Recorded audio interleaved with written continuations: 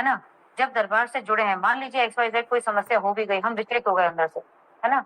जितना आपके अंदर से शक्ति बढ़ती जाएगी, ऊर्जा संचित होती जाएगी, आप ना एकदम से घबराएँगे नहीं, विचलित नहीं होंगे। मान लीजिए बच्चे को कोई समस्या भी हो गई, उसके लिए दरबार की तरफ आना था ना, बाबा से प्रार्थना करने के लिए दरबार आना था, उसके लिए इस तरफ जाना क्यों?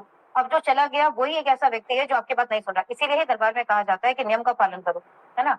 अब वही वाली बात है कि मतलब नियम का पालन नहीं करते या अलग-अलग तरह के मन-मुटाव वाले लोग जो हैं वो एक ही घर में आज हमारा दुर्भाग्य है कि हम सब रह रहे हैं और हम अपने ही घर के लोगों को कन्विंस नहीं कर पाते और ये भी यही कारण है। इसीलिए ही पूर्वज मुक्ति धाम खुला। क्योंकि मुझे यही लगता है कि हमारे पूर्वज ही हमारे जीवन को ऐसे करते जा रहे हैं क्योंकि उनको इसी में ही आनंद आ रहा है ना? वो मुक्ति नहीं होना चाहते। तो हमारे अंदर कहीं न कहीं ऐसी स्मृतियाँ जीवंत रूप में रह ही जाती हैं कि जो हमें फिर से भ्रमित करती हैं, हमें फिर से अरे दरबार जाके क्या होगा? अच्छा यहाँ चले जाओ। तो हम इसके लिए यही एक कर मिनट। सकते हैं कि हम प्रार्थना करते चले जाएँ।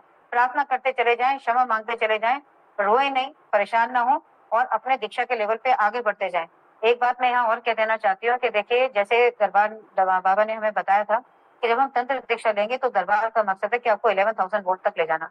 मतलब आपके जीवन की कोई भी घटना कब परिवर्तन होगी जब आपके अंदर से जो ऊर्जा है ना, जो भी कर्म है हर समय वो हमारे अंदर से रेडिएट हो रहा है ऊर्जा के रूप में, दिखाई नहीं दे रहा आपको। तो जब आपकी खुद की ऊर्जा हाई हो जाएगी, तभी आप एक तरह से ना इन सब से निकल पाएँगे।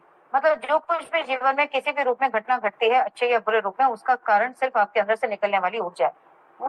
तो आज यदि बच्चा बीमार है, ये बीमार है, वो बीमार है, आपने यदि दीक्षा मंत्र दीक्षा पूरी कर ली है, तो आप तंत्र दीक्षा के रास्ते पे आगे निकलो ना। जब आप तंत्र दीक्षा के आगे रास्ते पे निकलोगे, तो आपके परिवार की जो स्मृतियाँ होंगी, वो भी आपके अंदर से डिलीट होनी शुरू हो जाएँगी। तो अपने किसी को समझाने के बजाय, उसको समझाओ, उसको समझाने के बजाय, आप अपने आप को सशक्त बना लीजिए। बीमारी का कारण सिर्फ स्मृति है, आकाशिक रिकॉर्ड है।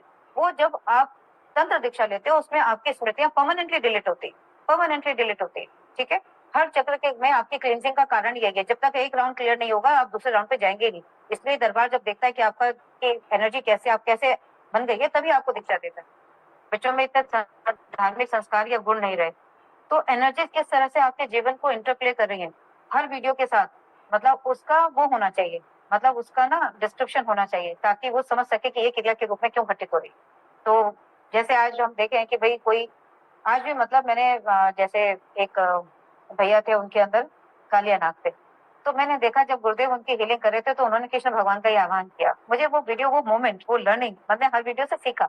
मैंने कहा देखो ये घटना जब भगवान थे, कृष्ण भगवान जब थे अपना उस युग में तब भी ये घटना घटी थी। तभी कृष्ण भगवान ने उनका मर्दन किया था और आज भी वो घटना घट रही है। और उनके अंदर ही कालिया नाग एक क्यों था? क्योंकि उनकी अपनी पिछली योनि में वो नाग थे, है ना? तो नाग की अपनी जैसे एक सर्प की एक एनर्जी है, तो एक दूसरा एक एनर्जी एक जीवन का उसमें प्रवेश करने के चांसेस ज्यादा है एनर्जी से मिलाना में। और जो एनर्जी एक सेम एनर्जी को उसी की जो एनर्जी है उसी से काटा जा सकता है ना? जैसे काम वासना है उसके लिए काम मतलब काम देवता को ही बुलाया जाएगा। यदि कालिया नाग आए तो कृष्ण भगवान को ही बुलाया गया, है ना? कोई नाग आ जाते हैं तो उसके लिए वो मोर का ही आह्वान करते हैं। तो जब गुरुदेव शक्तियों का आह्वान करते हैं तो मैं उससे बहुत कुछ सीखने वाली बात है। तो मैं यहाँ सबसे कहना चाहती हूँ कि जब आप दरबार के वीडियोस देखें तो उसमें देखें कि किस तरह से ये एनर्जीज हमारे जीवन में इंटरप्ले करती हैं।